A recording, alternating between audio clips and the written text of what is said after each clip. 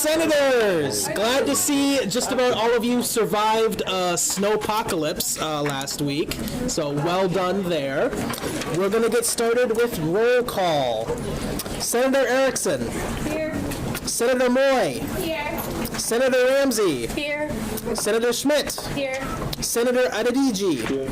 Senator Owusu. Senator Andrade Lara. Here. Senator Landis. Here. Senator Nowinski. Here.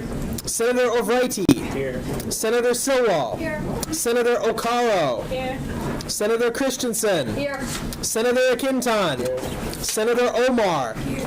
Senator Chaiti. Here. Senator Sajal. Here. Senator Garton. Proxy. Senator Sampson. Here. Senator Moeen. Here. Senator Mitchell. Here. Senator Rye. Senator Zelmer. Here. Senator Hoyseth. Here. Senator Roebuck. Here. Senator Albright. Here. Senator Redines. Here. President Cronin. All right. First item on our agenda is a presentation from David Cowan, who I guess is not with us yet. We'll come back to that. Do we have our IT solutions folks here? Perfect. You can go ahead. Okay, can everybody hear me? All right. Well, thank you for having me today. My name is Carrie Miller. I am an instructional designer with IT Solutions.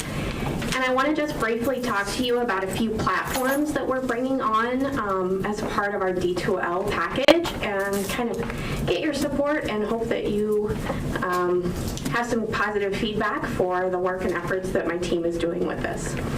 So how many of you know what open educational resources are? Can I just see? Okay, cool. Enough. A lot of you, more than I would have thought.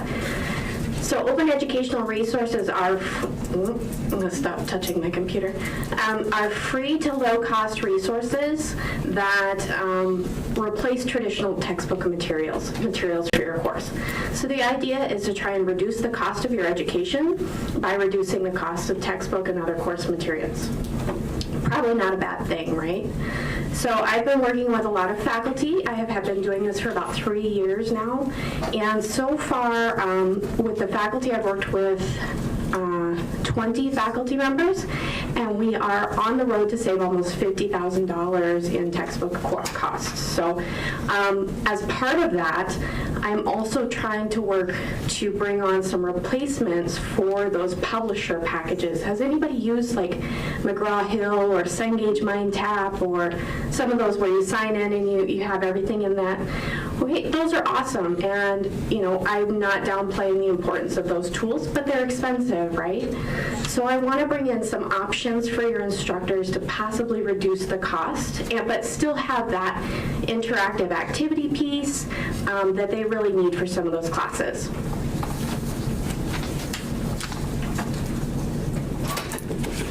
So what I want to show you today, if my laptop cooperates with me, is 4 packages that I am working to bring on with the help of Elizabeth Harzma, who you'll be hearing from shortly. Let me see if it works.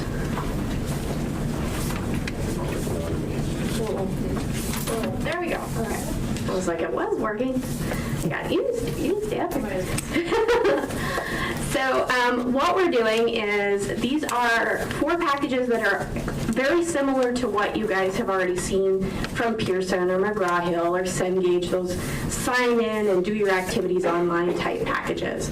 And the first one is called Newton Alta. And I know they're hard to see up on these screens, but the idea is this is an adaptive learning package for chemistry, I believe physics, math, and statistics. And the idea is that you're taking your chemistry class and maybe you're having trouble with that math portion, those equations that you have to balance and do all that math part. The system knows when you're struggling, so it goes out and brings some extra math practice in for you and gives you that extra practice to lift your skills up without the teacher having to go and say, hey, I need to give you more math problems. right, so this is just one of the ones, and what we're working towards is bringing these into D2L. So you just sign into D2L, you access one of these packages just like you would any of the other publisher packages. Now the great thing about these, so Newton, for example, is $44 a semester, and that covers all classes you would use within that. It sounds really great, but there's a limited number of classes. So if you're a math major, your chemistry major, statistics major, this would be great. But if you're a fine arts major, you're probably not going to take a lot of advantage of this. But again, if you're taking chemistry, you're taking math, $44 is a lot better than $150, right? So that's the first one. I'm working with another one through, and Barnes & Noble is actually, believe it or not, very much behind the idea of saving you folks money.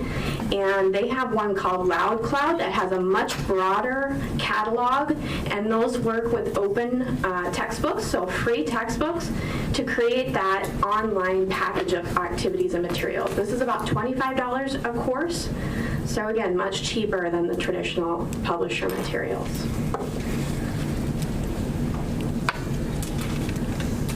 Another one that we're bringing on is called Pan Open. They're brand new, so much like Newton, there's kind of a limited catalog right now, but they're increasing this all the time as more and more people want this.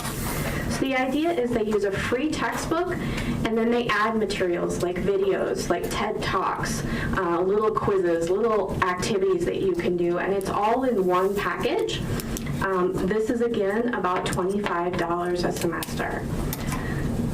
The last one that I'm going to show you is called Lumen, and I unfortunately can't log into the platform, but it's very similar to the other ones.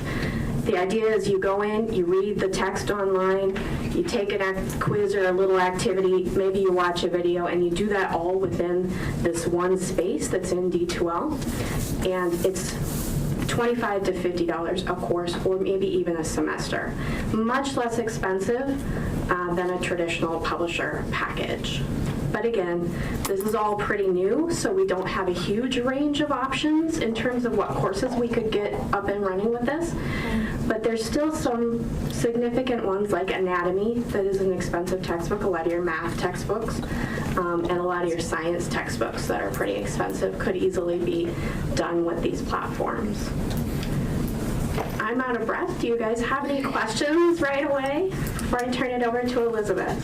Floor is open for questions. I should say that we are working on integrating. This should be live on all of these, ready to go by the end of the semester, provided they get through our contracts and legal department swiftly. Senator Moeen. What was the second one again? The second one was Loud Cloud through Barnes & Noble. And what is the price per semester? $25 for that one.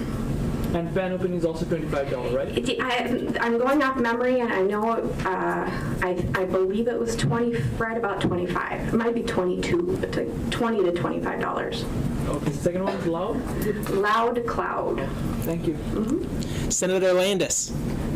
Hi, I'm just a little confused. Are these course editions, like for specific courses? When you're talking about price, is that like a per student, like instead of buying this textbook, you're buying this course? Is that the idea? Great question. So the answer is both.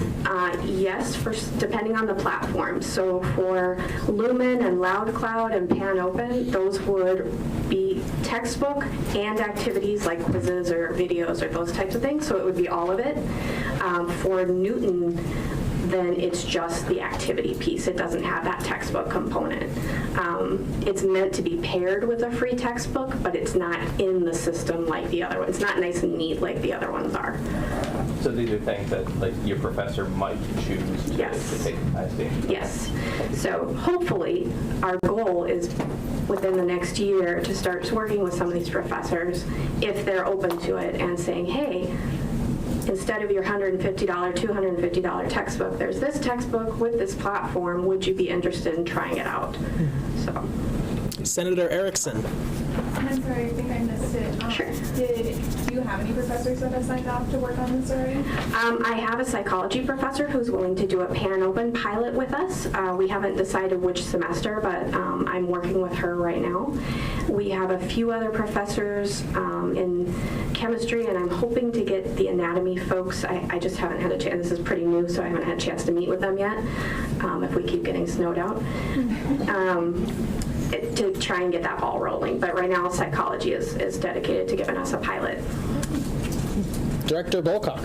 Can you remind me, you said a little bit of both. Were the fees per course or per semester? So it's a mixed bag. So some of them are per course and some of them are per semester. And some of them have lifetime caps. So for example, Newton, after I believe 3 semesters, they cap you out, and once you've paid 3 semesters, they don't charge you anymore. Also, the $44 covers any course that you would take in there. So you could take 5, 10 courses and it would be $44. And then again, there's that lifetime cap. Loud Cloud, it's $25 per course. So it just sort of depends on their model, but it's still significantly cheaper. Senator Zellmer, did you still have a question? Okay, no worries. All right. Well, thank you very much. If you think this is a good idea, feel free to reach out to us in IT. We're working as hard as we can to get some of these options in place for you guys. And it's just a matter of getting the word out and letting your instructors know that there's options, because most people don't really know about this stuff. So thank you for letting me spread the word. Yes, thank you. Thank you.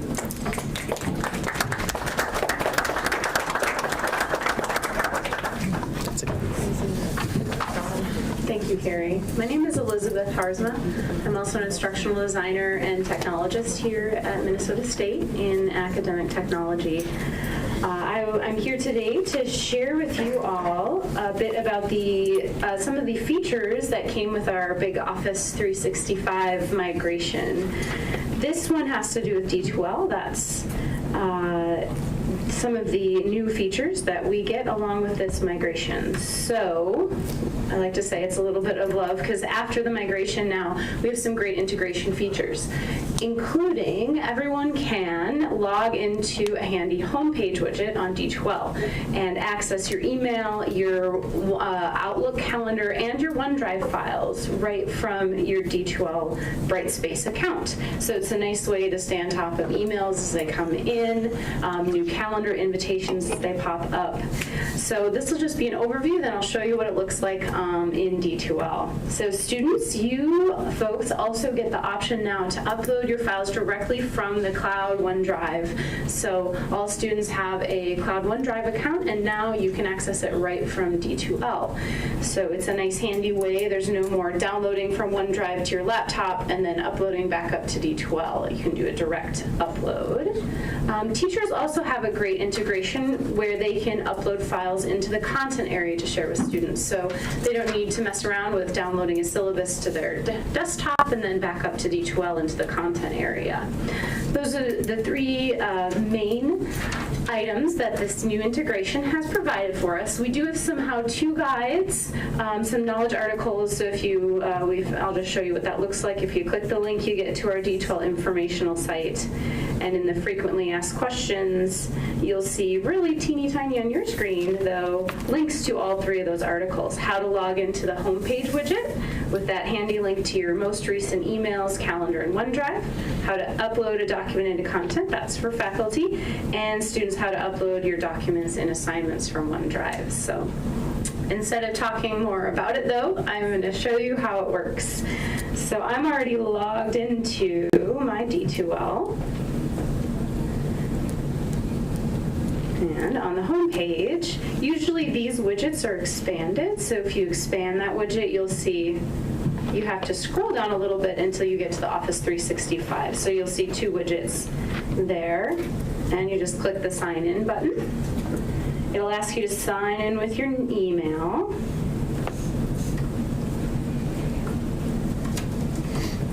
And this is the same email address you would use to sign in to your MAVMail. And then you'll see, here you are, signed in. So a couple of features, these icons up top here take you right to your email. So if, for example, if I click this link, it'll open up a new window and it'll open up my email. Same with this one, it'll take me right to my my Outlook calendar, and this one will take me right to my OneDrive. This gray arrow here, this area, if you click, you'll see here are your email previews, your calendar, and your OneDrive preview.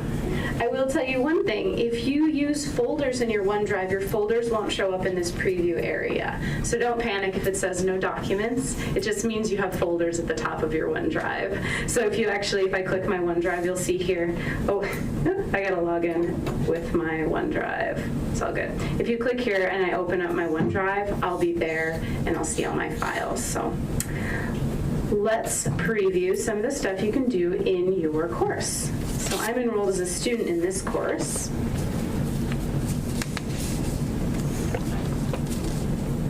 So let's go to this OneDrive upload folder. So this is an assignment folder in D2L. And I'm going to upload a file right from my OneDrive. So I'm going to click here on Choose Existing because it's an existing file. I click on my OneDrive. And then here I can browse my OneDrive documents. So we'll just say, I'd like to upload this one. And there's my document, and I click Submit. So that's the student view. And I can show you what it's like for a teacher. Very similar if we go to my teacher course here. And we do the same thing. Let's say we're going to go upload a document from OneDrive. The teacher would go into their content area, do the same thing. We're going to upload a file. Here's my OneDrive. And now I'm not prompted to log in because I already logged in the homepage widget. If you hadn't logged in the homepage widget, it would just ask you to log in here. Same deal. Click the document I want to add. And there it is in my content area for students to view. So that is my entire presentation. Some great new features that come with our Office 365 migration. Any questions I Floor can is answer open for you for today. questions. Senator Landis. So if you log out of your D2L account, does that also log you out of everything? It will not, no. You have to, I can show you here, if you look at the home page widget, since both Office 365 and D2L are cloud-based, that connection stays linked until you unlink it. So you'll actually see this tiny little text at the bottom of the widget that says disconnect. That will disconnect that integration between your two accounts. Otherwise, it will stick. Every time you log in, you'll be logged into your Office 365 account as well. Thank you. Yeah. Anything else? Seeing no further questions? Great. Thank you both so much for coming. Thanks for having us.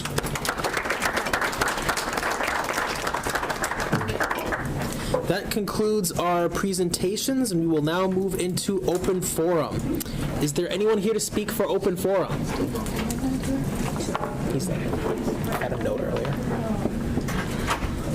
All right. Seeing no one for open forum? All right, we can move right along. We'll now move into the approval of the consent agenda. Is there any dissent to approving the consent agenda? Sorry, Senator Moy, did you have a question? No, I was just gonna, Okay, gotcha. Any dissent to approving the consent agenda? Seeing none, the agenda has been approved.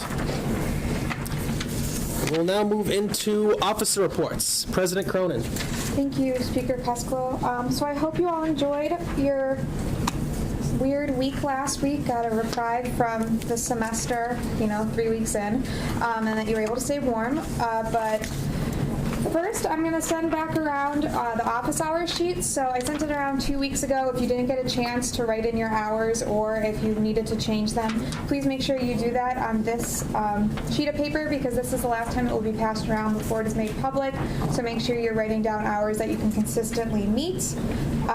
Also being passed around next week on Valentine's Day, Thursday, is our February meet and confer. So if you don't have any plans, I'll be your Valentine. You can come to meet and confer with us. It is 11:30 a.m. to 1 p.m.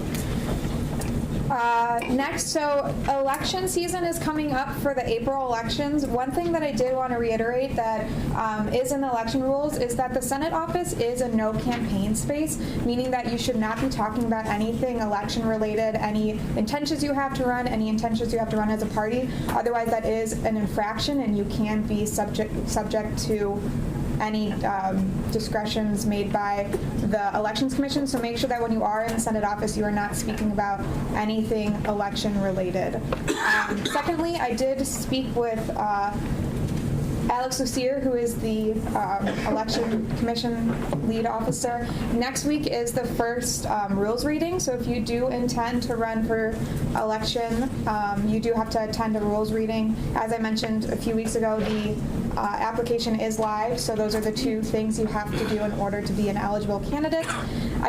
He couldn't remember what time or date it was off the top of his head, but he did relay to me that that information is on our Engage page, and they will be holding weekly rules readings, I believe, but if the times don't work with your schedule, you can reach out to the commission and they can set up an individual or a private rules reading if they have people available. So just because you want to do it at a certain time doesn't mean that it will be met based on who they have.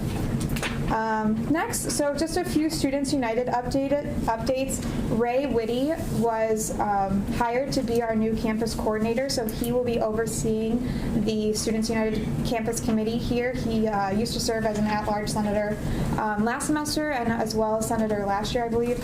So I'm sure a lot of y'all know who he is, have seen him around. If you are interested in getting involved with Students United, definitely reach out. They can always have more people on their committee, potentially even serving if there are openings for committee seats. But so if you're interested in getting more involved with that, reach out to him. He will probably be coming to speak soon just about different Students United happenings.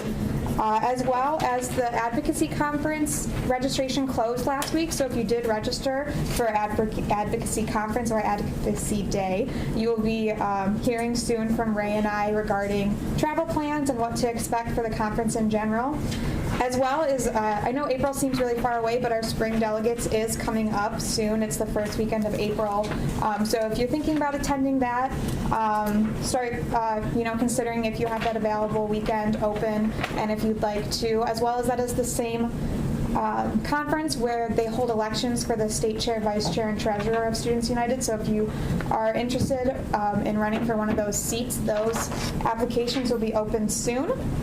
And then, so just an update, last week, the board of directors for Students United, along with our state chair and our legal counsel, we had an executive session meeting where we discussed a situation regarding the vice chair election, and then from that has been a resolution made that I'm going to read now. So, whereas Students United is a Minnesota nonprofit corporation, and whereas the board of directors held a special election in December 2018 to appoint an interim vice chair pursuant to Article 8, Section 2 of the Students United bylaws, and whereas during the special election the board had a discussion regarding the candidates that did not fully reflect the organizational values, and whereas immediately after the discussion the state chair made a point of information that such discussion was not permissible as part of the deliberations for selection of the officer of Students United, and whereas the board of directors has received and reviewed complaints regarding the discussion with the assistance of staff and legal counsel, and whereas the board of directors has concluded that the discussion should not have happened, and whereas the board of directors recognized that the discussion may have undercut confidence in the results of the special election, and whereas the board of directors wish to ensure that the process of appointing the interim vice chair is consistent with our organizational policies, procedures, and values, Now, therefore, be it resolved, the Board of Directors hereby rescinds the appointment of the current interim vice chair, and be it further resolved that the Board of Directors shall initiate a new process to appoint the interim vice chair who shall serve until the election in April 2019 Delegates Assembly.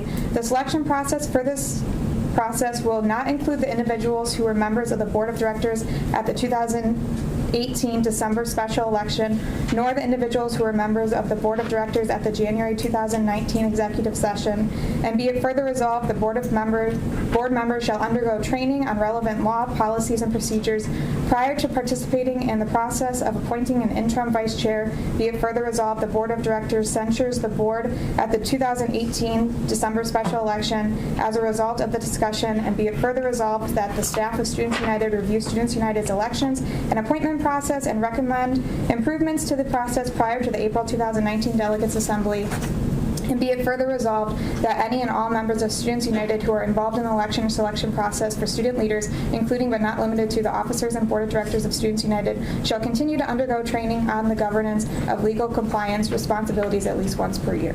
So that was very heavy, but basically what came from this was that there was discussion in the special election in December that didn't reflect Students United policies, and the board has decided to rescind our appointment of the previous interim vice chair. And furthermore, in the next week or so, there will be a new election for an interim vice chair. I will not be serving on that since I was a part of the election in December and the executive session in January. Instead, Senator Moy will be representing Mankato in that election. So if you or anyone you know is interested in running for the interim vice chair, there will be a new election held. So once again, that is just because there was discussion held that didn't reflect policies, and then in part with the new election, Senator Moy, as well as all the other representatives from the other schools, will undergo an hour training regarding fair and equal opportunity hiring and just those types of policies, and these will also follow into the next years for all board members, so we can ensure that we're treating every candidate fairly for who they are and their identities. Similarly, when we attend the April delegates, I would assume that the delegation will receive some sort of training as well, based on the fact that the delegates does appoint the treasurer as well as the vice chair. So just to pause, does anyone, if that's okay if I can interrupt my report, have any questions regarding that resolution? Senator Moy. I just wanted to comment that that decision will be made by the 18th. We're not sure what day yet, but I won't have an answer for you until after the 18th, so not next week, but the following week. There'll be a new vice chair. So if you have any input that you'd like to make, feel free, but that'll be made by the 18th. Any further questions or comments regarding this matter? Seeing none, you may continue. Okay, thank you. And the last thing is the Senator of the Month trophy. Kind of happy to topic. So this Senator of the Month trophy will be for January 2019. It's going to a senator who the executive members, we feel that this is an individual who strives very strongly to connect with their constituency. They put in a lot of effort to meet, go around, ask questions, what they see, issues going on within the departments that they serve, and we feel that they're just doing a really good job of, being that type of senator who goes out and sees what the students are feeling and making sure that their voices are heard. So because of that, the Senator of the Month for January 2019 is Senator Schmidt.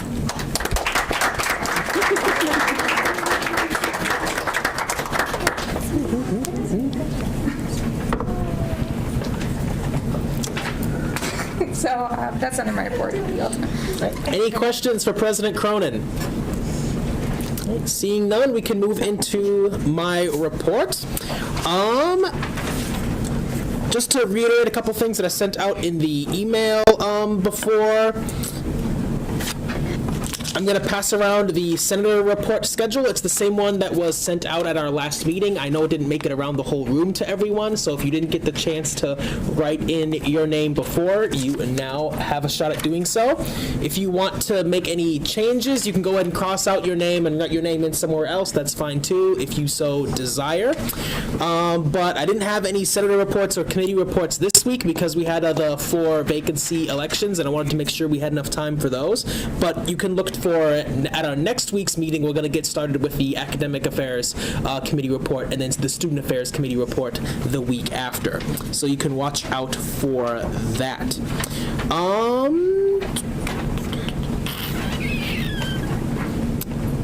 I had one more thing I was going to talk about, but I cannot remember what it is. So I will leave my report off there. Is there any questions regarding that or the email that I sent out the day before?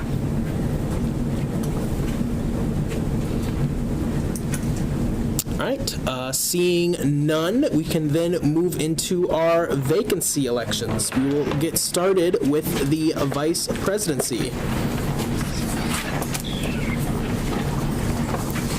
I do see our candidate is present.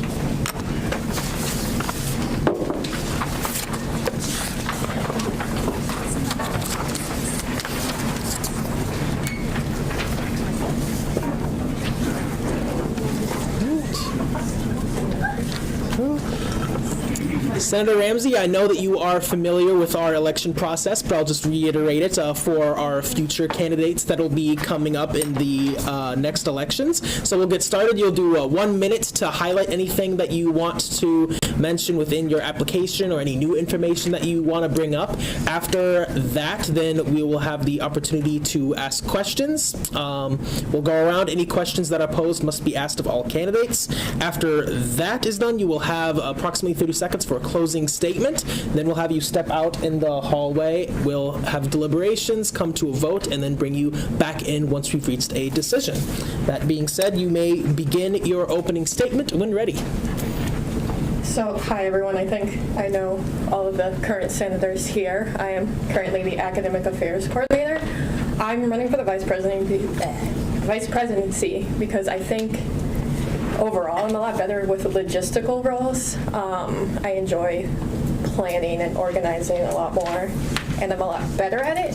So I think I could fulfill this role and do a really good job, and also give some other people on the Senate some opportunity to take up the position of Academic Affairs Coordinator and get some good experience. And we have a lot of newer people on the Senate, and a lot of the people who have been here before are heading out the door. I know this will be my last semester, so hopefully I think this would be a good opportunity to have some leadership growth with multiple people. Great, thank you. That being said, the floor is open for questions. Any questions for the vice president candidate? Senator Landis. In your application, you wrote about you thriving in a role that requires you to look at a bigger picture and long-term goals. I'm just curious to hear what you see as the bigger picture for this body and what some of our long-term goals are from your perspective. As far as long-term goals, I think the Senate really needs to react to what's going on in the school. So I wouldn't want to set a goal that far out. As far as like long-term goals for the Senate, I want to make it essentially a more efficient and smoother process. The transition reports, some accountability things so people don't get sent to ethics and standards every single time you miss an office hours. Just some slight reform on that so it's not so repetitive and overall kind of treated like a joke. As well as just setting up as many other things I can to make sure this Senate has all the tools it needs to react to the problems on campus, as well as future Senates will be able to build upon that experience and that efficiency. So that's my long-term goal, but I wouldn't say a specific project because I think it's really important to be aware of what's actually happening on campus in the moment and not just setting a goal from 10 years ago and barreling forward without hesitation. Further questions? If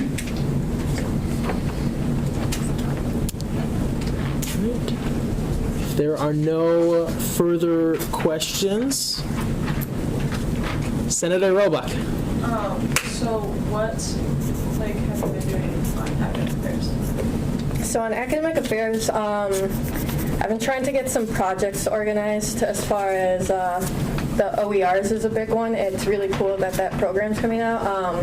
One of the big hesitations with OERs is you do have to kind of build that course yourself with it. So all the tools that make it easier for professors to do that are super helpful, and that gives academic affairs a great tool, the people working on OERs, to help in any way they possibly can, encourage professors to use that. It's a lot cheaper and it's a good system. Textbook prices are notoriously high, and I am not a big fan personally of them, so anything that we can do for that would be good to lower it. We've been doing a lot of work with textbook reserves, MAV reserves, me and Senator Erickson. We want to increase advertisement. It's a notoriously underutilized program. A lot of those books are expensive, high enrollment, but not everyone always knows they're there. As someone who's been involved with student government, knows a lot of resources, I tend to forget about it sometimes too. So we're trying to look at ways to improve use and effectiveness of that program, making sure we get books people actually want to use, things like that. I have a little pet project going on. Senator Moy is also helping me with this, of a resource binder, trying to get a more centrally located look at documents. So if you are approached with a problem by one of your constituents, you don't have to dig through the difficult to navigate website and try to find something. You can just pop this open real quick, flip over, and get exactly what you need to help as easily as possible.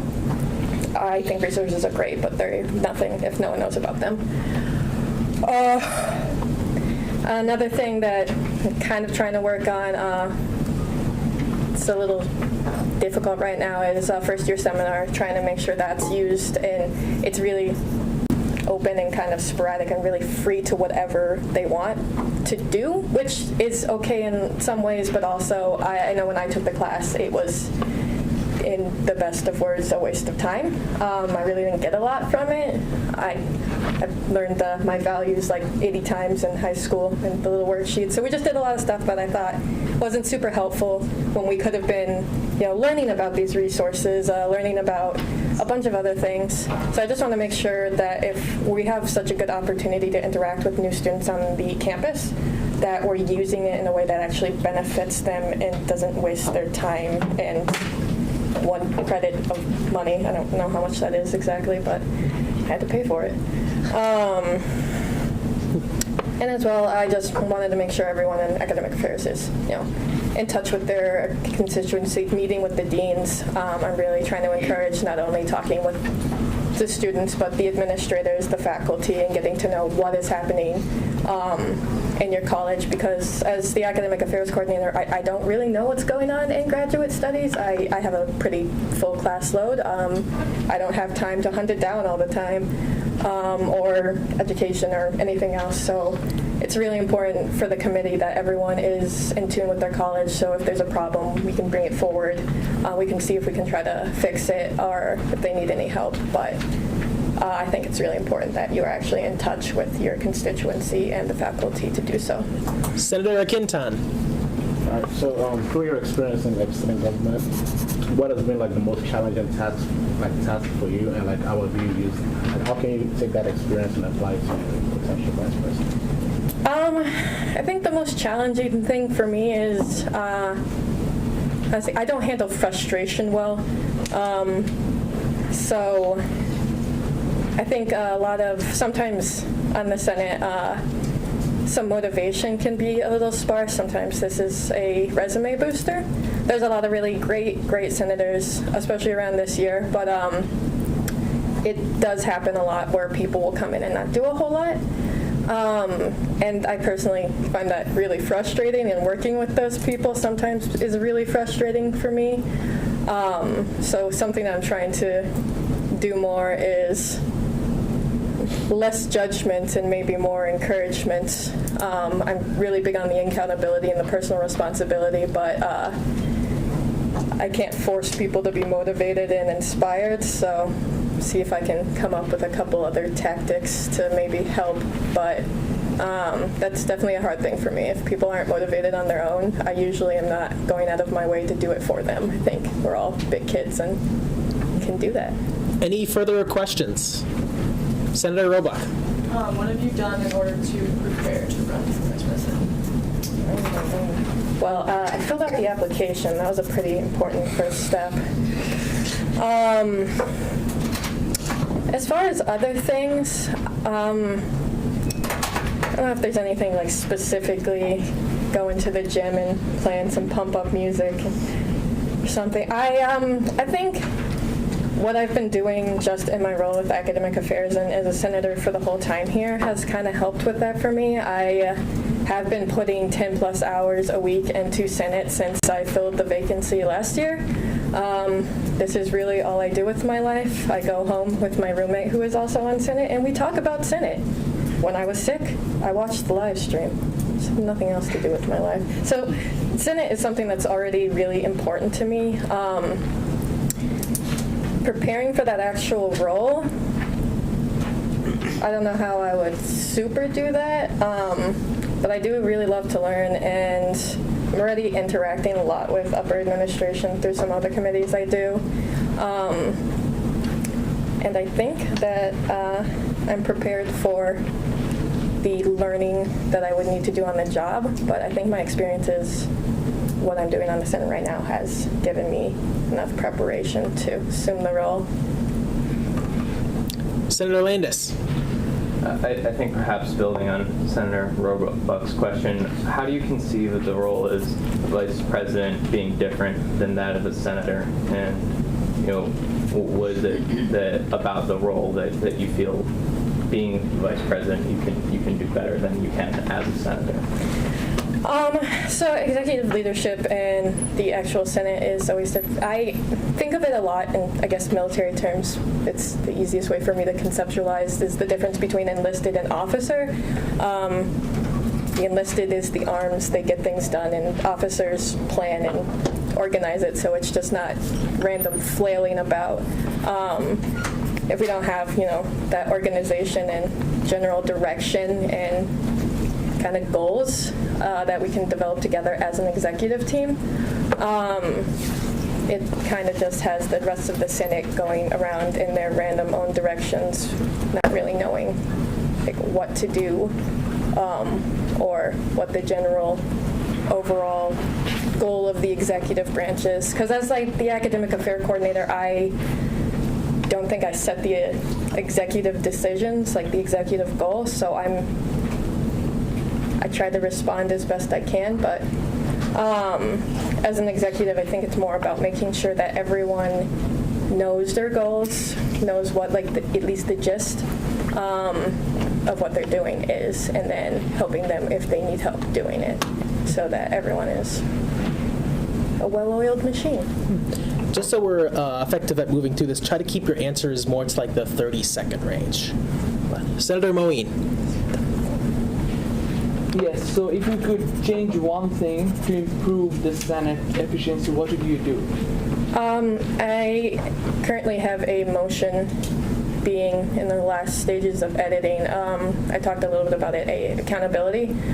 So people who don't do their office hours aren't always just immediately sent to ethics and standards. It's kind of a waste of time. It's not right to be doing. You should be doing your office hours. It's part of your responsibility, but at the same time, as far as what are we going to do, remove you for it, it seems a bit disproportionate as far as crime to punishment. So instead of having that be an every sort of offense thing, this motion would kind of bundle up a couple of the more common transgressions into a points system so that you accumulate over a high total that you shouldn't accumulate over, then you'd be sent to ethics and standards instead of, you didn't do your office hours, now you're going. All right, do your office hours, leave, over and over and over, which is not taken very seriously. I don't think it does a whole lot for anyone.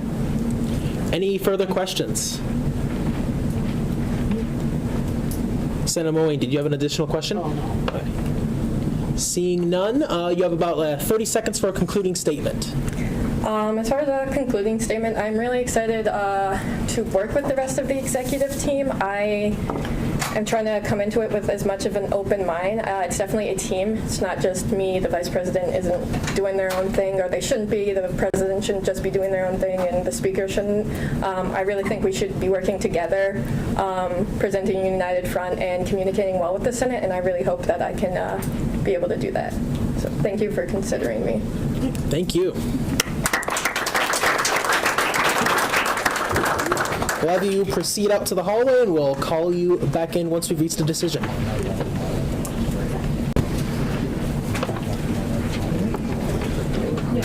I'm opening a speakers list on the candidacy. Senator Moy. Before I speak on my point, I just want to preface it saying that anything that is said in this room during discussion is only to be heard in here and cannot be repeated. So just wanted to remind you of all that rule. As far as the candidate goes, it's really not easy for me to say this, but I'm going to have to vote no confidence, and that's because what Senator Ramsey was saying is not what goes on in academic affairs. I've spoken to other people who are on our committee, and when she says that she wants to see more motivation on the Senate, it's almost laughable to me because as someone who's in her committee, it's the exact opposite that occurs. It's very hostile. It's threatening a lot about how she'll remove you and how you can just leave and how you'll get sent to ethics and standards for the littlest things. And when she says that it's a waste of time to send people to ethics and standards, it's the exact opposite of what she said in previous meetings. And as you can see, people nodding their heads. Academic Affairs also agrees. I myself have oftentimes felt as though it's bad, but I usually have a night class, so I usually leave early. And I'm really happy about it this semester that I don't have to attend Academic Affairs because I feel threatened and I feel it's really unprofessional. And I don't feel comfortable with her representing our body, because I think our body is a professional organization that doesn't seek to thrive or threaten or punish, but rather to motivate, change our university for the good. And as her representing us in front of our university, I feel as though I would be embarrassed and I'd be nervous for her to meet with professionals without us there. And it's really not easy for me to say that since she is the only candidate, but that's the truth, and anyone on Academic Affairs will tell you that at one point or another she's threatened them. And I am sad that I have my class canceled today because I'll have to go to Academic Affairs with her. So I would just keep that in mind. I think President Cronin does a great job in that she will lead the Senate successfully on her own without a vice president, because I know myself, I don't feel comfortable with her as a leader. Just to mention, if a no confidence vote does go through, we will have the election held again the following week. So this won't be the only one that happens. We'll keep bringing it up. Are there any other senators who wish to be added to the speakers list? Adediji. I'll second to what she said, but not as strongly as she. I believe every kind of person have their own ways of leadership. She's kind of an authoritarian. She gets things done in her own way. She's kind of strong on her personality and all. But I think it's good to get things done, but it's not good for motivation in a group. You know? But I wouldn't vote, have a no vote of confidence for her. I think she has her own ways of leadership, and we should respect that. Senator Roebuck. I'm going to speak on just like what I saw there, because I'm not in academic affairs, so I don't know any of that. But I guess my question about like what did you do to prepare for this? There are people that come in here and run for these senators, like run for office, like vacancies and stuff, that do a lot of preparation, and it just seems that she didn't really put in a lot of preparation in running for vice president. Didn't really put a lot of thought into it, and that just made me a little uneasy because this is a much, as she noted, it is a much bigger position than a senator position, and so I didn't really like the lack of motivation to put in the effort to prep for it. I also saw a little bit of unprofessionalism while she was up here. I saw her like nodding, making like little side eyes towards people while she was speaking or not speaking, and I just didn't really like that because I feel like this should be a professional thing we should be doing. She should be maintaining professionalism in general while she's in this spot. Thank you. Senator Christensen. Yeah, so kind of going off from that, but not being super redundant. I don't think her communication skills are good at all, if I'm being completely honest. And I agree with the point that I don't think she was really professional up there. I think the whole concept of her being a VP was rushed. It didn't seem like she would be a good fit for that, and clearly other senators feel that way, so I just want to not only comment on that, but that her communication skills, with me at least personally, have not been there. So I think that's really important if you're going to be a vice president. So thank you. Are there any other senators who wish to be added to the speakers list? Senator Andrade Lara. I'll add to the communication portion of it. She once did approach me and said that I was just sent to ethics and standards. There was no formal way of her telling me. It was more of like I was walking into the Senate office and she just came up to me and told me. There was no meeting time ever sent to me, none of that. So the fact that she spoke on logistics just makes me feel like she could use a little bit more work in that. And also our academic affairs meetings are usually done without an agenda, any formal process. So, yep. If there are no other senators who wish to be added to the speakers list, I would entertain a motion to bring the matter to a vote. Motion to bring the matter to a vote. All right. I suppose I could also just call for a vote as well, now that we mentioned it. So, seeing no other ones, we will bring this to a vote. So go ahead and everyone take out a piece of paper, and you can either write the candidate's name on there or no confidence. And then John and I will go around and collect that. Yes. I should also note that a vote for the vice president, unlike other senator elections, takes 60% of the vote rather than a simple majority.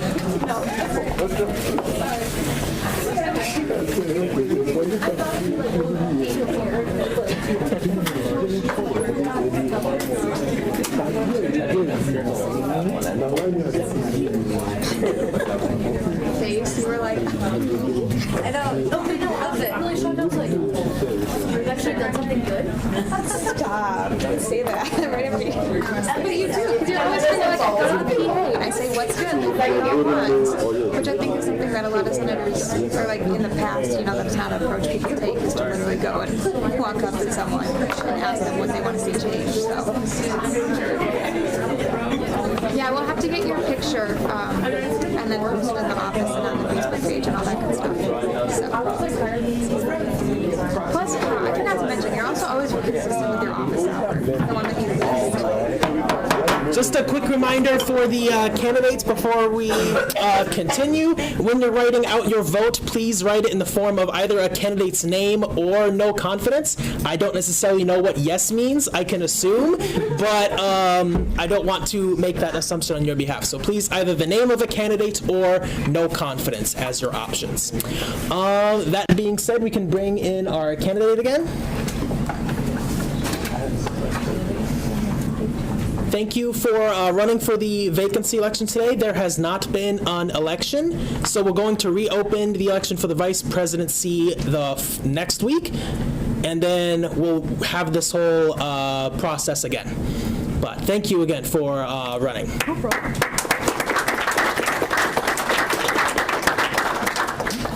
So now we'll move on to the off-campus senator position. Do we have our candidates for the off-campus here with us? We have 1, 2. Excellent. You can proceed to the front.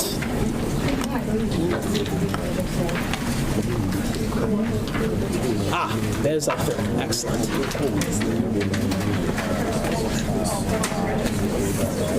I don't think any of us are familiar with how this is. Were you all, were you all present for when I went through the process before for the last election? Or do we want to go over it again? like most. With multiple people, yes. Yes. Yeah, definitely. So the only difference with multiple people is when a question is posed, then it has to be posed to all the candidates. So we'll start with the one leftmost, and then we'll proceed through. You'll all get a chance to answer the question, and then the next question that gets answered, we'll start from the right and then go back that way. So for opening statements, we'll start with you, rightmost candidate. Yep. And then when you go back, make sure you go back in like the kind of the same order that you're in now, so we can keep that consistent.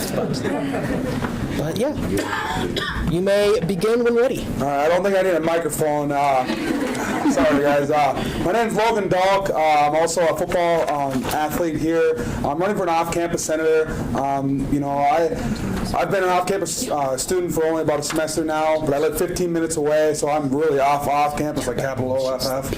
But not only that, as a student athlete, I feel like you guys are lacking that as a as a position here on the board. I'm the president of SAC, which I don't know if you guys know what SAC is. It's the Student Athletic Advisory Committee.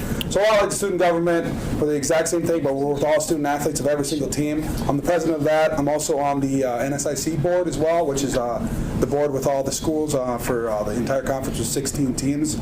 Also, not only am I just going to be here for a student athlete, obviously I want to really voice my opinion as a student athlete. I also want to voice as an off-campus student.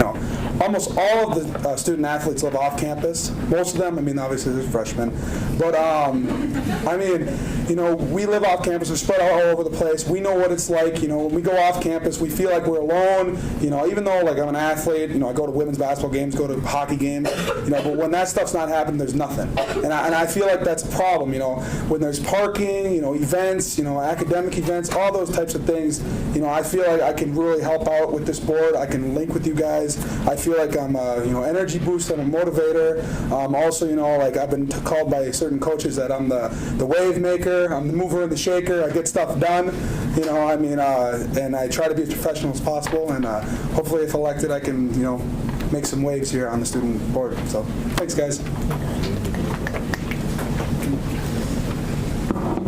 Okay, everyone. I'm a microphone girl, so. Check. Really close. Got it.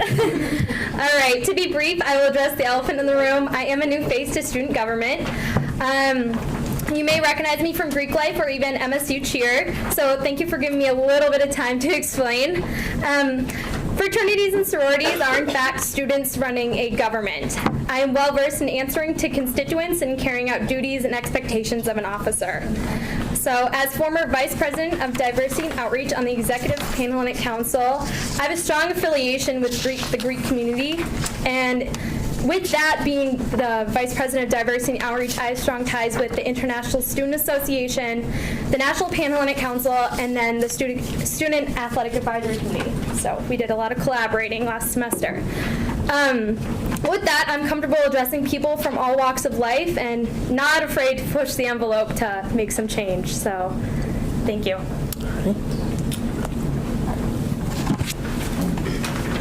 Good afternoon, ladies and gentlemen.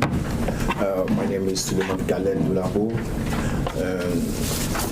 I'm from MAVRIK. This is my second semester in MSSA, majoring in business management. And I'm running for the post of off-campus Senate. I want to partake and contribute to the achievement of the university, and also give a voice to off-campus students and listen to what they want to say to the university. As you all know, being an off-campus student, I've been an off-campus student for 2 semesters, and I'm having a lot of issue. Can I start? Huh? Keep going. All right. No worries. Thank you. All right. Okay.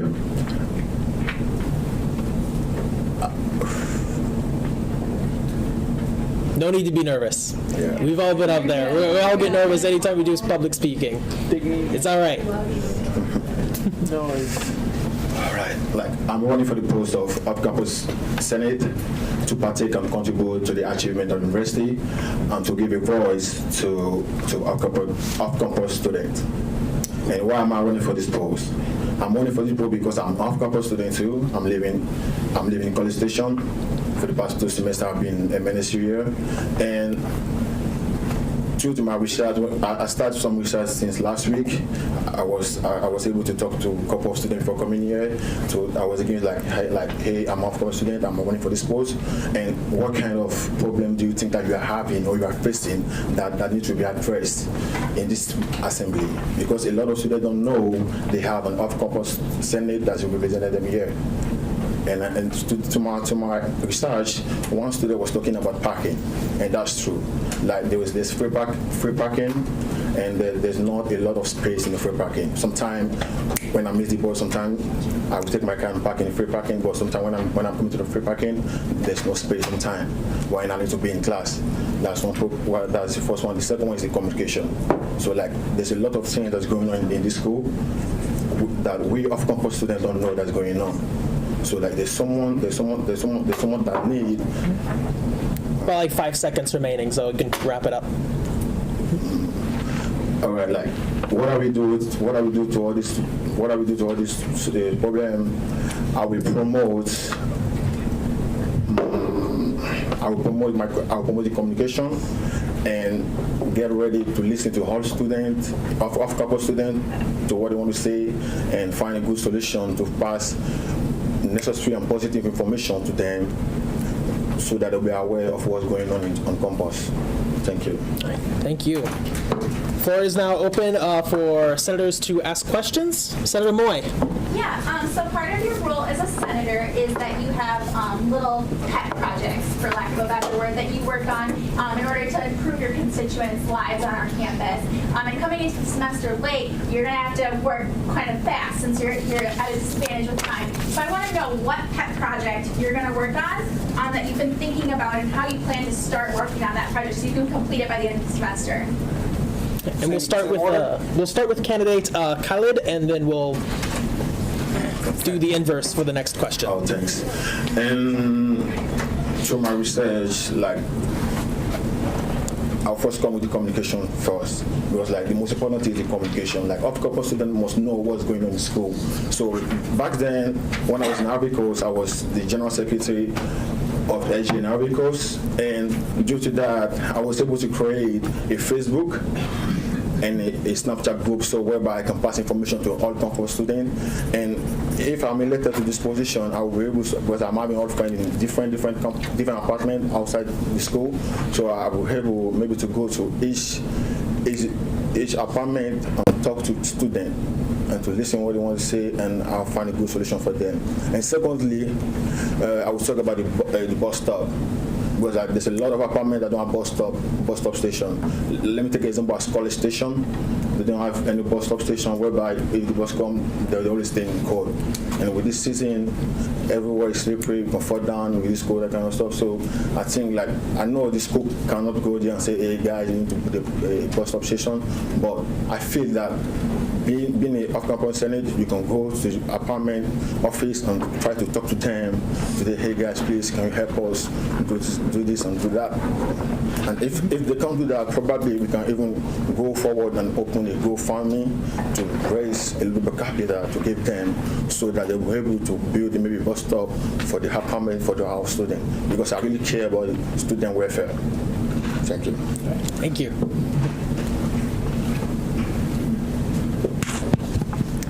Do these responses have time limits? Yes, around like 30 seconds is what we want to try to keep the answers to, just so we can like keep it moving along.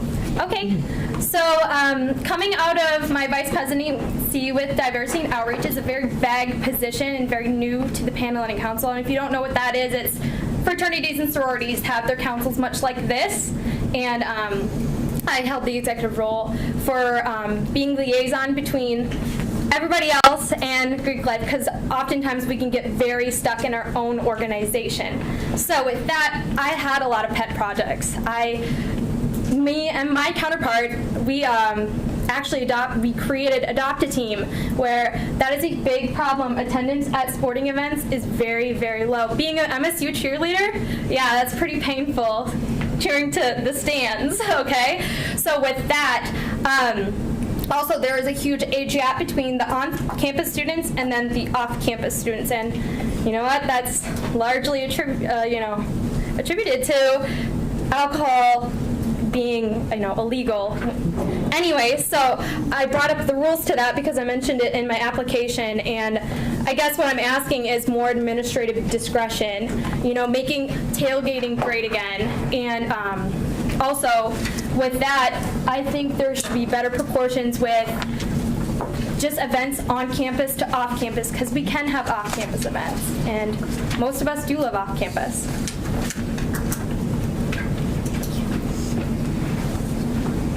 So to answer your question about, getting stuff done fast, as a student athlete, that's every day. Coach texts you, hey, meeting's at 4 and it's 3 o'clock, you got to go. I mean, that's how I am.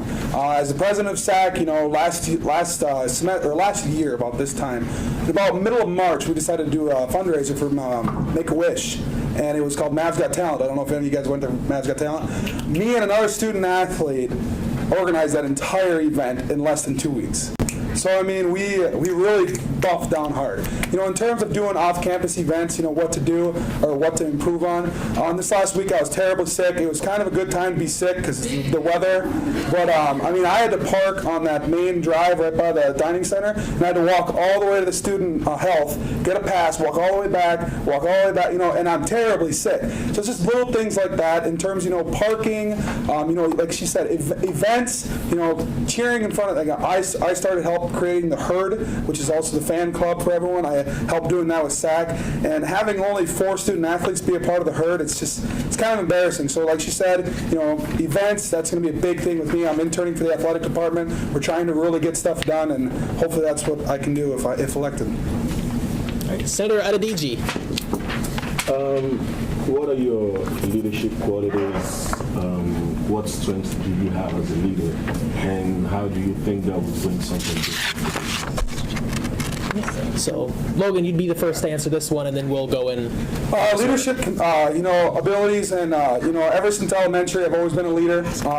We've always, had football team captains, basketball team captain. In 7th grade, I was president of middle school for our student council. We had like a middle school group, and then also high school. I was president of middle school all the way up until 9th grade. And then in 9th grade, I was also the vice president of our high school. And then for 4 years, I was the president of our high school for student council. Now, don't get me wrong, I had a pretty small high school. We only had like 300 kids, but I felt like I did a pretty good job. At my school, we had a kid pass away from suicide, and I helped create the You Matter Foundation for our school and surrounding communities. It was a suicide prevention program. So, and also here at MSU, I'm on SAC, president of SAC. I try and get stuff done for the student athletes. Also I'm also on the steering committee. That's what our coach calls it. There's like, I think, 14 student athletes for the football guys. I think there's about 76 of us right now. I'm one of them. I'm one of the leaders. We help, in terms of the football team, we're a pretty big team, as you guys will probably know. We try and make decisions, decisions on what to wear, what to do. If someone gets in trouble, what do we do? Just all around, I've been a leader my entire life. I've never been a follower, and I feel like in that aspect, I would really be helpful for you guys. So I was brought to my attention, please refrain from asking questions that we already have listed on the application. If you do have those questions, you may reference the paper applications in front of you. So if I might suggest a sort of rephrasing of that question, perhaps something more along the lines of describe your current or past involvement on our campus. Well, yeah. You had something to... No, what I asked was what was their leadership qualities? What was the leadership qualities? As opposed to the leadership experience? Not experience. Gotcha. Okay. So leadership qualities is what we're going forward with on. Leadership qualities. All right. Okay, leadership qualities. So I think above all things, I know I am an advocate. And a big part of being a senator is not doing what you want, but doing what your constituents want and making it actually happen and really pushing the boundaries. For example, for Mavs Got Talent, we were a big supporter of that, and it wasn't our idea, you're right, and they did a lot of the planning, but being there to support and just take on these crazy ideas and just making them happen, just seeing some movement in the right direction, I believe is one of my best leadership qualities. I am a pusher, and sometimes that can be kind of much, but I think that's something that's probably needed in this position at this point in time.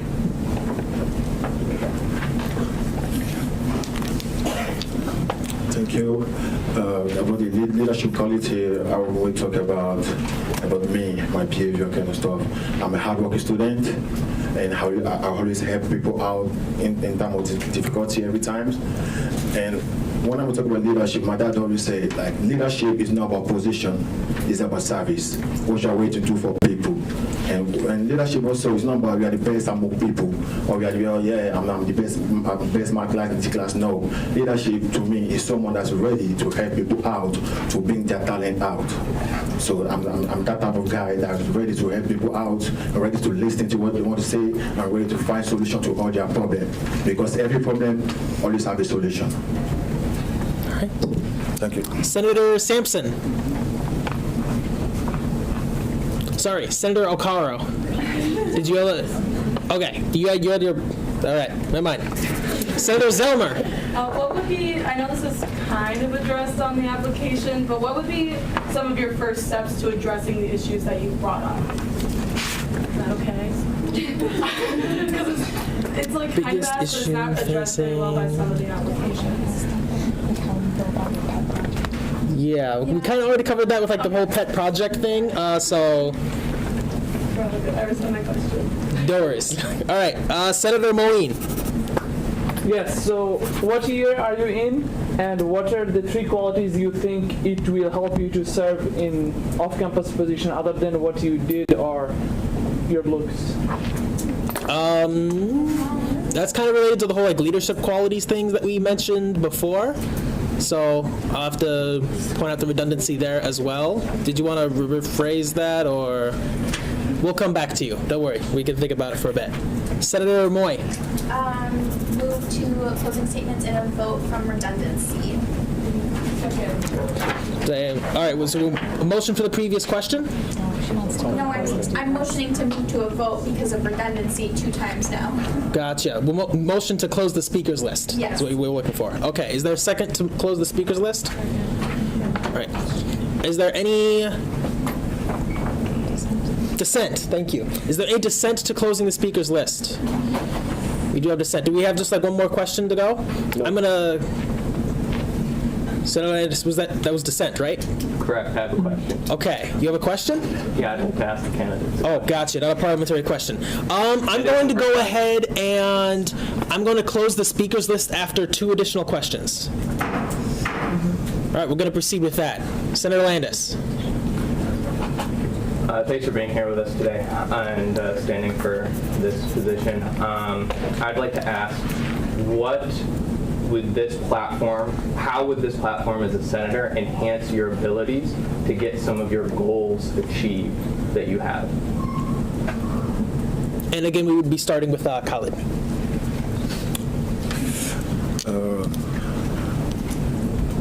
I believe that this platform is going to help my career and help my resume too. Because like I've been serving maybe SJ for my whole life. Since my first time I started university back in Ivory Coast, even till now before coming out, that's what I do. And I believe that this platform is going to help me to build me for future professional, Like, because like no one is perfect in this life. Like we just need to help each other, and like we human beings have to believe that I am a tree. Like I used to grow with these branches, and like with this kind of platform is going to help me to shape my tree very well and help me to become what I want to be in the future. Thank you.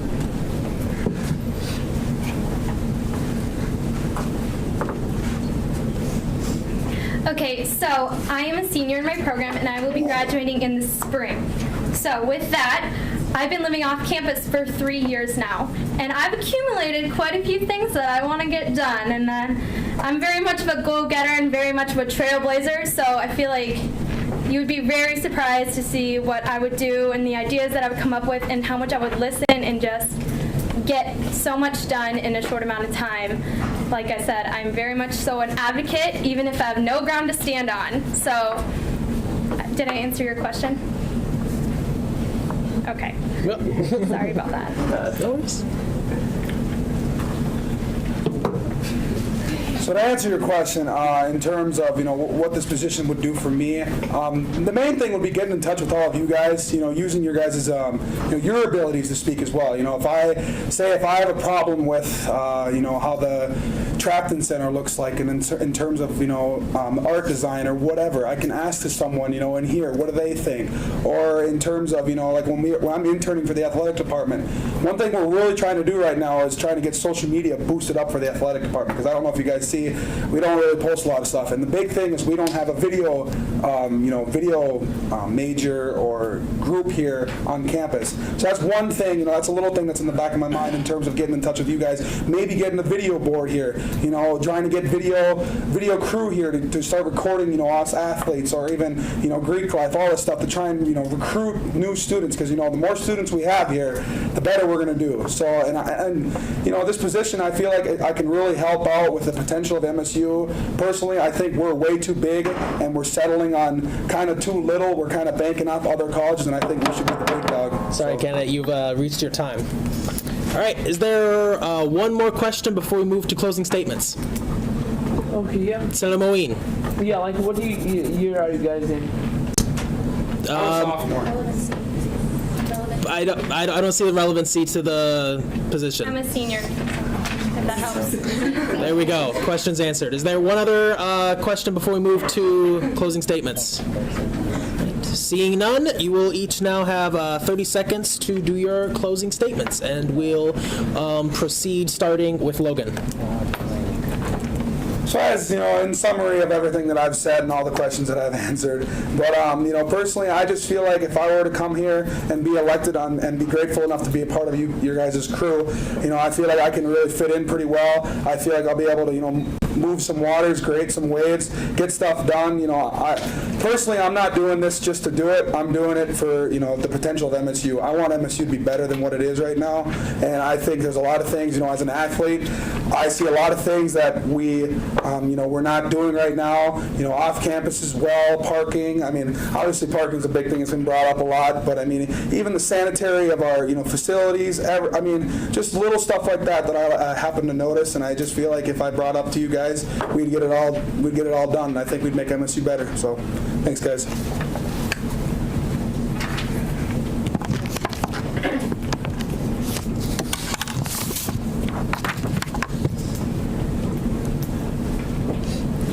Okay, I would like to thank you all for your time and consideration, and I hope I answered your questions to the fullest so you're able to make a well-informed decision. I challenge you all to see past my shortcomings in regards to my inexperience with student government and welcome a fresh face onto the council. I get it. I have one semester left, but I have so much more to give in this little amount of time, and I think I would surprise you all and make you guys very proud. So thank you. Thank you again for having me here, and I really thank the University of Montclair State University for having me here. And my closing statement is going to be like, if I'm elected to this position, I'll be ready to work with you guys, because I'm a guy with positive energy. I have a good relationship with everything in the school.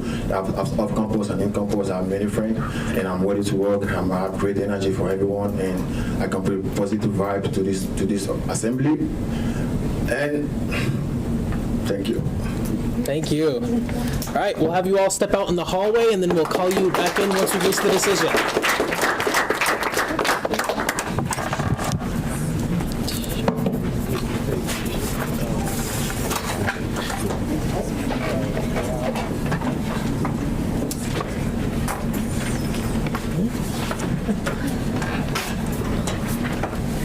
I'm opening a speakers list. Are there any senators who wish to speak on the candidates? Senator Moeen, is that an open placard from before, or? All right. Senator Adedeji.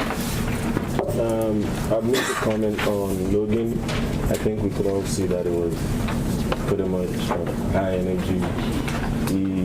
He brings diversity. I think this group is pretty diverse, but it brings diversity in terms of athletics into this group. Kylie, she wrote a lot, but she didn't say a lot when she Khaled, I think he has positive energy too, but Logan, it ticks all the boxes. Senator Rodinez. Okay, hi. For Logan, I think it's really cool that he's talking about all these athletic things and getting it on the campus, but I feel like that would be better done as if he was like an at-large senator. I feel like this is a off-campus position, and I feel like he talked more about athletics and getting it, and I think that was his main focus, and then off-campus was not his main focus. So that's what I would say about him. And then Khaled, I just feel like he has great positive energy, but I just didn't get like a great sense of what exactly he wanted. Besides, like, I don't know. Anyway, yeah, that's my thing. Sorry. Senator Zelmer. Kind of hopping off what Teresa said. That was my one concern with Logan as well as the athletics, but him and Callie both had the good idea of wanting to connect off-campus students with on-campus students, and as an on-campus student, I think that is a major issue as well. But I think Callie, in her application, really expanded on how exactly she wanted to fix that, and she already knew what her idea was to fix it. I don't know, in her application, I didn't really like the idea of opening it up to be changing from a dry campus to having alcohol on campus. But I do think the idea of tailgating is something that is missed on this campus and is something that is needed before football games, before sporting events. And I think tailgating is something that we need to look for in order to connect on-campus and off-campus students and get more students involved with sporting events. Point of information? Point of information from President Cronin? Just a point of information regarding the dry versus wet campus. That's not up to our discretion. That's the Board of Trustees. So that is something our Senate would not have any say in. I mean, we have a trustee in the room. I don't know if he wants to speak on it. But just something to consider, that would not be a viable endeavor for any student on this campus. Senator Moy. I was also going to say that as well. But one candidate that stuck out to me in particular was Logan. As many of you know, I oftentimes look for candidates that have high energy. That's something I particularly like. I felt that I really liked how Logan talked about our campus as a whole, because he is an off-campus senator. I know he talked about athletics, but it is also, it does affect our off-campus students. On-campus students are more likely to go to sporting events because all they have to do is walk there. I know as a freshman I attended more, so that is a valid point for off-campus. I'm not saying you're wrong, but I'm just saying that that's possibly why he brought that up. And I really liked that. In terms of Callie, I kind of got a vibe where she was beating around the questions a little bit. Something felt off, like I didn't fully get answers from her, and so I'm not really sure if I was the only one that was feeling that way, but I didn't really get fulfilled answers from her, so I'm not really sure how to go forward with that one, but. Senator O'Caro. Okay, for me, I kind of like that Logan was like good at speaking out and answering questions. I feel like the only part where I got thrown off was when he said like I'm more of like a leader and I'm not like a follower. I think here you do have that authority where you have to learn to be a follower even if you're a leader. And for Khalid, I think he's not so great at public speaking, but I see the potential once he has the right people that are able to guide him through. I really like how like even when he kind of froze up and like with the encouragement we kind of gave, like he was able to bounce back. I kind of like seeing that in people, like knowing that even when it's hard, like you're still able to like walk through. And for Callie, I think she had high energy, but like for me, like most of the questions were not like really answered, and like I feel like she went off point for some of the questions, and kind of talking about like ideas that she kind of has and like what she's really gonna do, but not like looking into like answering the questions. We do have a lot of redundancies coming up when it comes to like observations of the candidate. If you have something that's like similar to what someone else is saying, you can just indicate your agreement with snaps. We don't need to reiterate the same points over again. But that being said, Senator Roebuck. Yeah, so I just want to like make a comment on the everything thing. It's just a little thing. I think you can tailgate without alcohol, so I don't really understand that statement, and that's something that really kind of moved me away from Callie. I really liked Logan, and I don't think he's focusing on just athletes. I think that he hasn't made a huge focus on it because he is an athlete. Obviously, if you're part of that or a certain group or identity, that's what you're going to have a lot of focus on. But I've actually seen him around campus a lot as an on-campus student. I've seen him at the new student rally at the beginning of the year. He gave a speech and got like students like gave him like a standing ovation, I'm pretty sure, because he was just super motivational and just gave all these like great things about not only athletes but just like telling people like to turn up or like turn up for everything and turn out is what I meant to say. Not turn out. And like I've just seen him at other like sporting events that I've been around on campus. So I think that he does have a really big focus on just getting people involved, and he sounds just that he just has like that energy and the drive to do that. So. Senator Akintan. Yeah, I mean, for the lack of redundancy, I would just like to say I also support Logan, especially because, I mean, I didn't think, like, he focused a lot about athletics, but, like, you can't blame him because at the end of the day, we want people up there to, like, be themselves. And I feel like he was trying to be himself as much as possible. He was really trying to, like, let us know, yes, he is about athletics, but he also made a point that really stuck to me, which was, he said, like a lot of athletes other than freshmen leave off campus. So like that's like why he's running for an off campus position, but also know that like the biggest thing they talked about is because his constituents are off campus. Senator Landis. I'd like to start off by saying that I think we really truly have 3 high quality candidates, and I think that our body will be improved by any one of them. That said, I would like to take a moment to put in a few words for Khalid.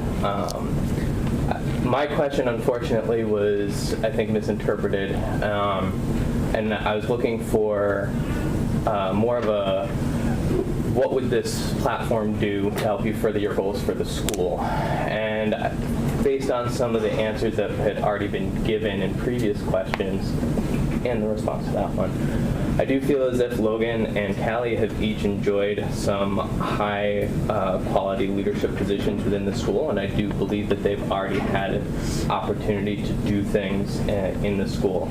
I think that Khalid, however, is someone who came here obviously prepared. If you noticed when he got stopped and then he started over, he started off and he spoke with the same phrasing. That indicates to me that he may have tried to memorize his speech. So the fact that he came here totally prepared like that, I think is really important. Considering that we're getting into our budget season, I think that that disposition of preparation is going to be much more important than our pet projects. That these 2 other candidates already have platforms to pursue and have effectively, and I have every confidence that they will continue to do so. But I'm going to be voting for Khalid for those reasons. Senator Christensen. That was amazing.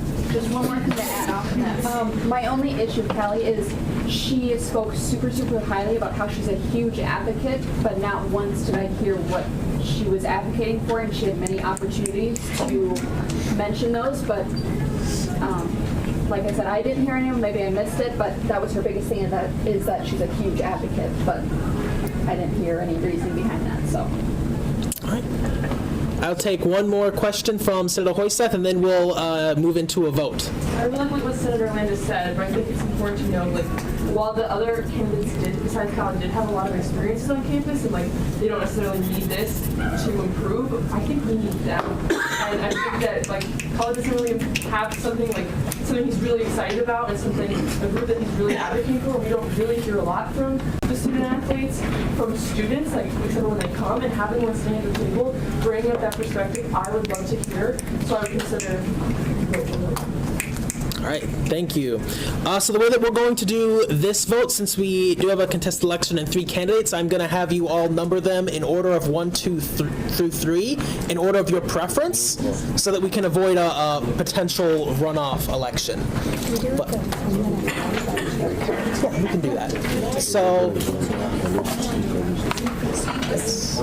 yep, so 1, 2, 3, 1 being your first preference, 3 being your least preference, and write each candidate's name in the order of your choosing. After John and I have collected all the votes, we're going to go into like about a 3-minute recess, so you can get up, like use the restroom and that sort of thing. I'll announce, don't do it yet, I'll announce when we go into that recess.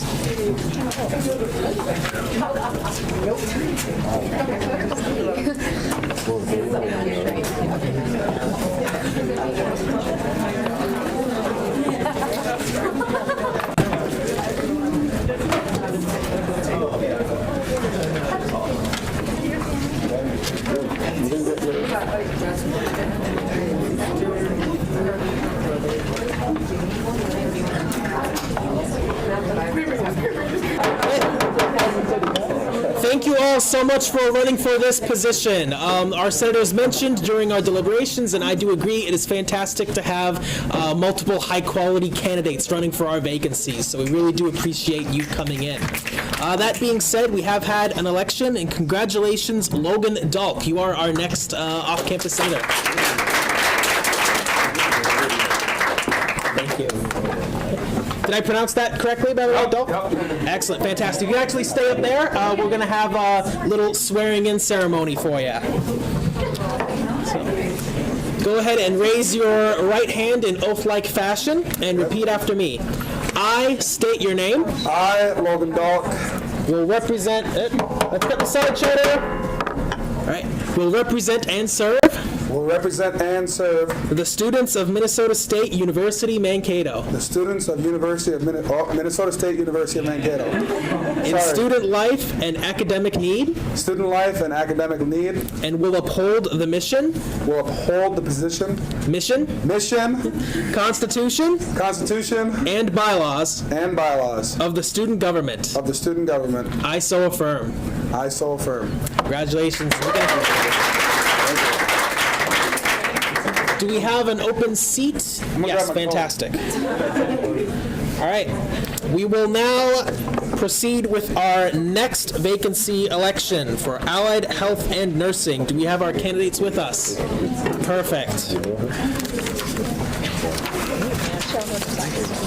Were you both present for the procedure? Are you familiar with how this works now? Yeah, excellent. Thanks for asking.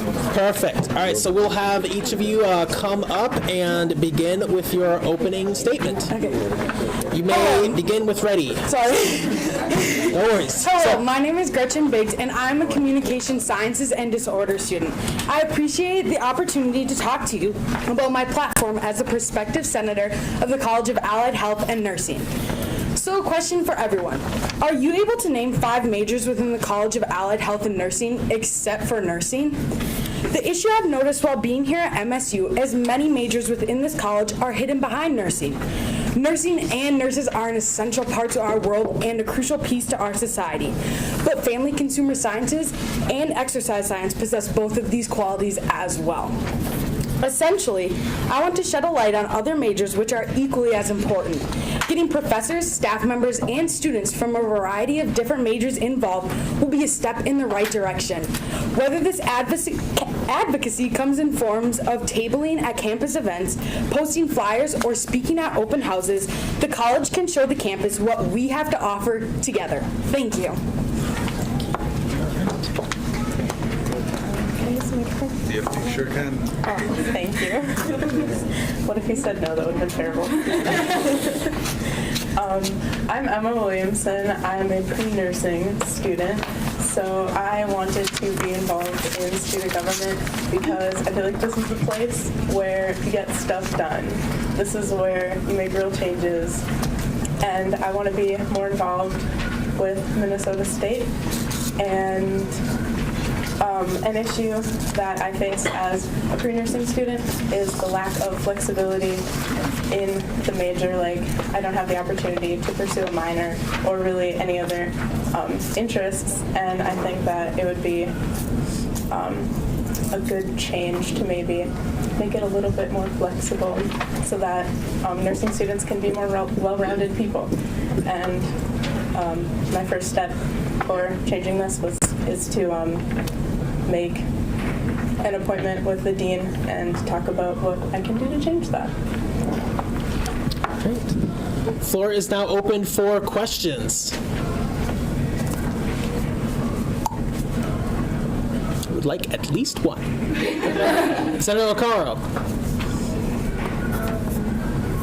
Why is it that you're interested in running for this position now? Why didn't you previously when this position was opened up to everyone?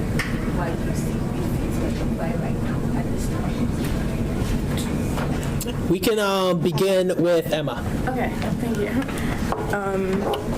Yeah, I actually did not know about this position until now. I actually learned about it a few nights ago at an RHA meeting.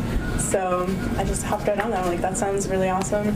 And I knew about student government. I just didn't know where I would fit in it. And when it was mentioned at the meeting, I thought that would be a good fit.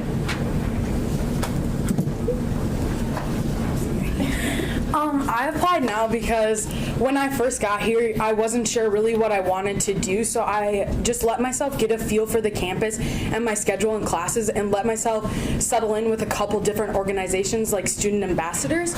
So, and I actually heard about it at the RHA meeting as well, and I had just joined that semester, and so that's how I heard about it, and I haven't heard a whole lot about Student Senate other than that, and I thought it would be a great leadership opportunity and an opportunity to make a difference within the campus.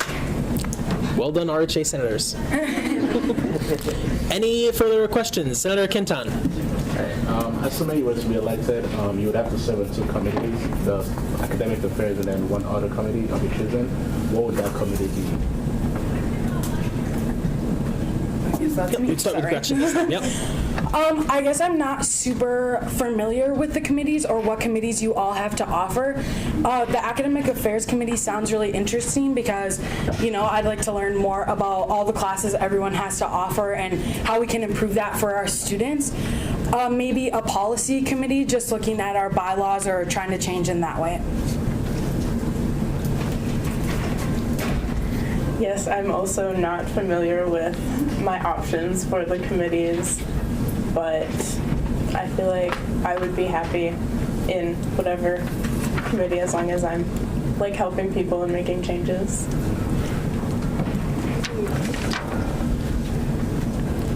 If there are no further questions,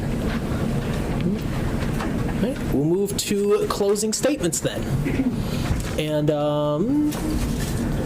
I forgot who spoke last already. Was that Emma? I did. Gretchen. All right, Yes. we can begin with you. And again, you have around 30 seconds to do your closing statement. After reflecting on my current and past leadership experiences, I was able to talk with one of your current senators. She helped me solidify my decision to run and encouraged me to find an issue that I was passionate about. Her advice and passion for being a senator showed me I can be a leader on campus, and the best time to start is right now. I'm excited for the opportunity to work with all of you to best serve the students of Minnesota State University Mankato if I am chosen as the senator for the College of Allied Health and Nursing.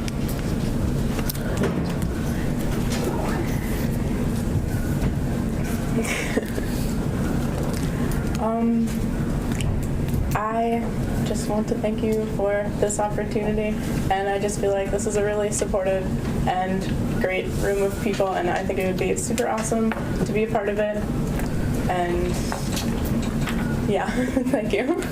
Thank you.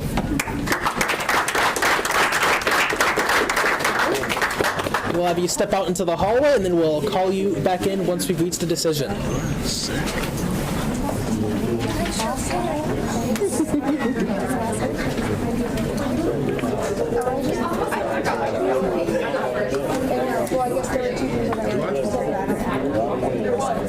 All right, I am now opening a speakers list regarding the candidates. Senator Zelmer. Okay, so I just want to say both of them approached me at RHA to talk about the position, kind of reflecting on the question of why they didn't apply sooner. We did mention it at prior RHA meetings, but they were both kind of worried because they're freshmen, and since freshmen aren't currently accepted into their program, they didn't know if they could run.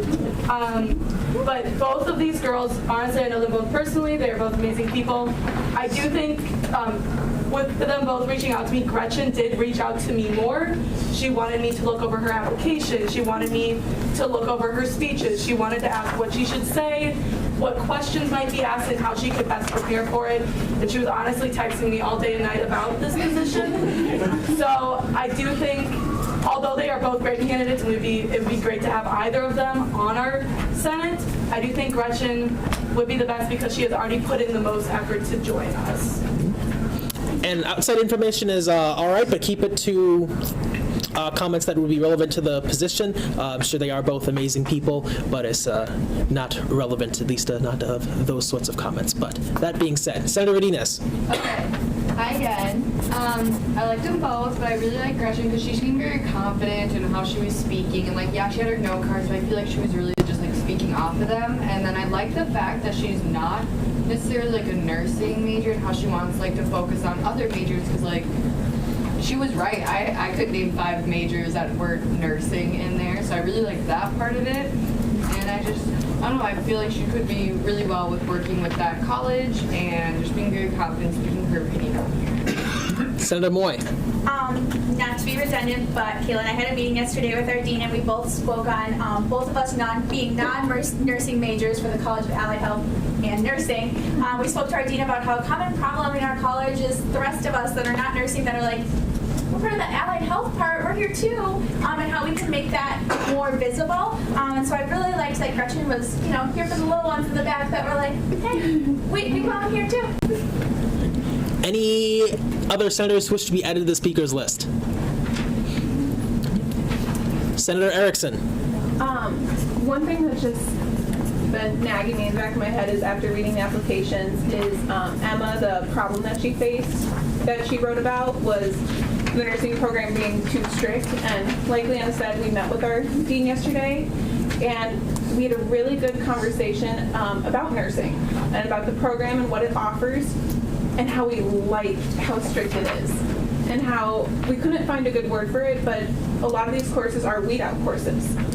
And it's not to say that they will never make a good nurse is the conversation that we had, but how it's just not the time for them.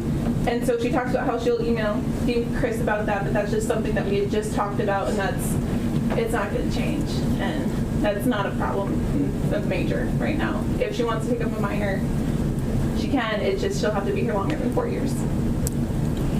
Any other comments before we move to a vote? All right, seeing none, same deal. Go ahead and write the name of one of the candidates on a piece of paper, and John and I will go around and collect it. Rank them in order?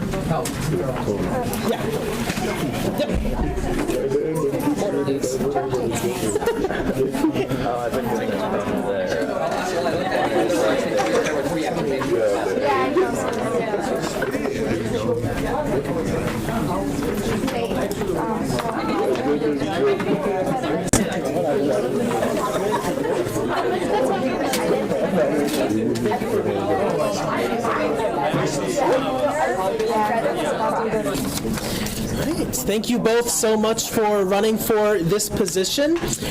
We have had an election, and congratulations, Gretchen. You are our new Allied Health and Nursing Senator.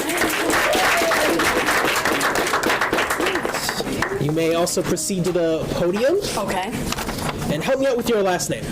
Baked. Baked, okay. Yeah, it's weird. It's okay. I've gotten a lot of different ones, so it's fine if you mispronounce. I won't be hurt or anything.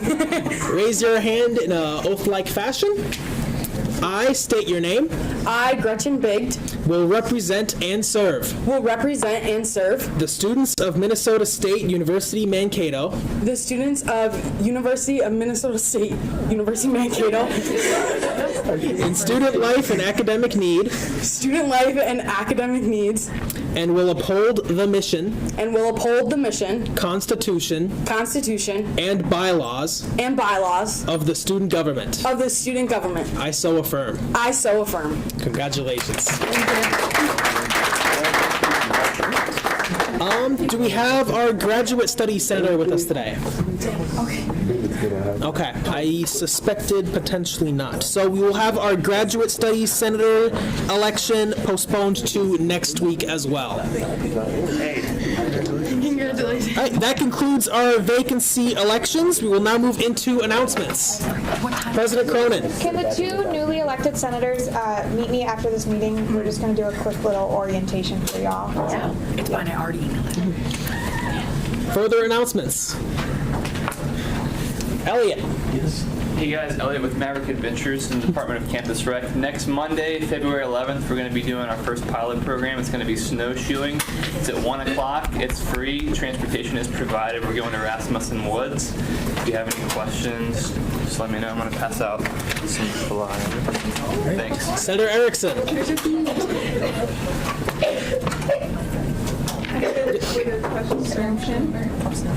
Nope, you're good. There weren't any questions for Elliot, right? Okay. No, go for it. Well, so the College Valley Health and Nursing is having the Future of Healthcare Talent Expansion and Innovation Summit, and that's going to be Tuesday, March 26th to Wednesday, March 27th. You do need to register, but it is completely free for students. There will be lunch, but it's just kind of a thing for leaders in our field, people doing research to come and show us what's new, what's going on, and it's a great thing to go to. Yeah. David Bessie. So, hi, Report is having a final edition, the Best of Mankato, and it's a student choice award. So we do need your votes to pick out the best of everything in Mankato, and also we're going to our final week of applications for the editor-in-chief for next year. So if you have anybody who is interested in applying for the editor for next year, the applications end on Friday. I went to come in Friday, but due to weather, we're having this meeting. But so it's due on Friday. You can send me your resume, personal statement, and 2 references, and some samples of work. And that's all. You can also let me know if you have any final questions. John Bolcock. Thank you. Just a reminder, coming up February 23rd is a very, very busy day. I haven't heard yet if the Pedal Pass Poverty team is full or not yet, but we have that going on that morning. So if you're interested in being part of that team. Also, that is the same day as the Marathon, the dance marathon that happens here on campus, raising funds for Children's Miracle Network. So that's the largest dance marathon in the state of Minnesota and the largest philanthropic event on campus, with the goal of raising $32 grand each year. So if you're interested in being on a team, I don't see any of our morale captains in this room, but if you are interested in being part of the dance marathon, please let me know. I'd be happy to hook you up with people who are the right one. President Cronin. So something I completely forgot to mention during my report is that, so just like last week or the week before, we had applications open on our Engage page for the Student Government and Barnes & Noble Leadership Scholarship. So this is a scholarship that will be, it existed previously, but so it's back again. So it will be awarded to 5 students of a $1,000 scholarship to be used at Barnes & Noble for textbook and classroom materials that you might need. So the scholarship itself is only open to students who are members of RSOs, RHA, student government, or an athletic student or member on campus. And so that scholarship would also be used for next year, so if you're continuing education and not graduating this semester. And it does require a letter of recommendation from someone that has viewed your leadership in one of those 4 areas that you would be applicable for. But so please spread the word. It is a student government scholarship. If you want to apply yourself, you can, as being you're all members of student government. But yes, and so those applications I believe are due March 10th, which is like that last Sunday Monday of spring break, and then will be reviewed by the Student Government Scholarship Committee, and then those students would be recognized at our Senate Student Government inauguration in April for next year's Senate. But yeah, so let people know, because it is, a pretty substantial scholarship, and, textbooks are expensive, so. Senator Landis. I had a question about the voting. Where are we voting? So if you pick up today's, Tuesday's paper and Thursday's paper, you're going to have a QR code in the paper on the bottom side. Thank you. So there's a QR code you can scan, or you can go to the link that MSSU.edu/SCA19. So it's right here on the bottom of the paper, and you also need tomorrow's paper as well. Thank you. Any further announcements? Abdulaziz. Hello, my name is Abdulaziz. I'm president of the Pre-Law Society. We'll be having our meeting this Thursday in CSU 202, right across the hall over there. We'll be talking about our possible, our people that we're calling to come to our second legal career panel. We had the first one, most of the work, but it was great. And we'll be doing our first mock debate of the year. So we'll be picking controversial cases, and then we'll be splitting up into groups, prosecution, defense, and then impact. So if you want to come and argue for a while, join us. Tomorrow. Awesome. Any further announcements? Senator Adeliji. I was going to ask a question too. Yeah. Regarding the application, where can we get that? So it's located on the Student Government Engage page, like the what our new org sync is, and it's already live, and there is a series of questions on it asking about your leadership qualities and skills that you've demonstrated here on campus. And then, like I mentioned, you do have to upload a letter of recommendation. So it is a pretty lengthy application, and it takes time as well as to get that letter of rec in. But yeah, so if you're a member of the Engage page, or even if you're not, you'll be able to access it and start that application. John. Just to follow up on that, like she mentioned, so that you make sure you have time to get that letter of recommendation, go ahead and look at the application, look at the questions. My recommendation for you, because you'll want to either, you might want to answer the questions in a Word doc and then cut and paste them later, or you can, I think you can begin one and save it and go back to it later, but I wouldn't want to risk losing my responses, so I'd save a Word doc and then cut and paste it into the application. So get started on your responses, but give yourself time to get a letter of recommendation, because it has to be uploaded at the time you submit. Any further announcements?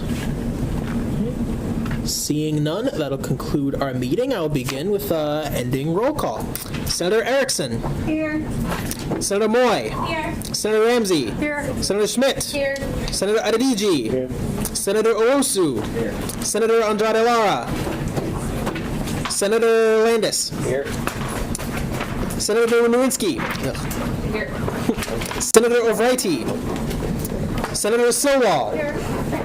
Senator O'Caro. Senator Christensen. Here. Senator Kinton. Here. Senator Omar. Here.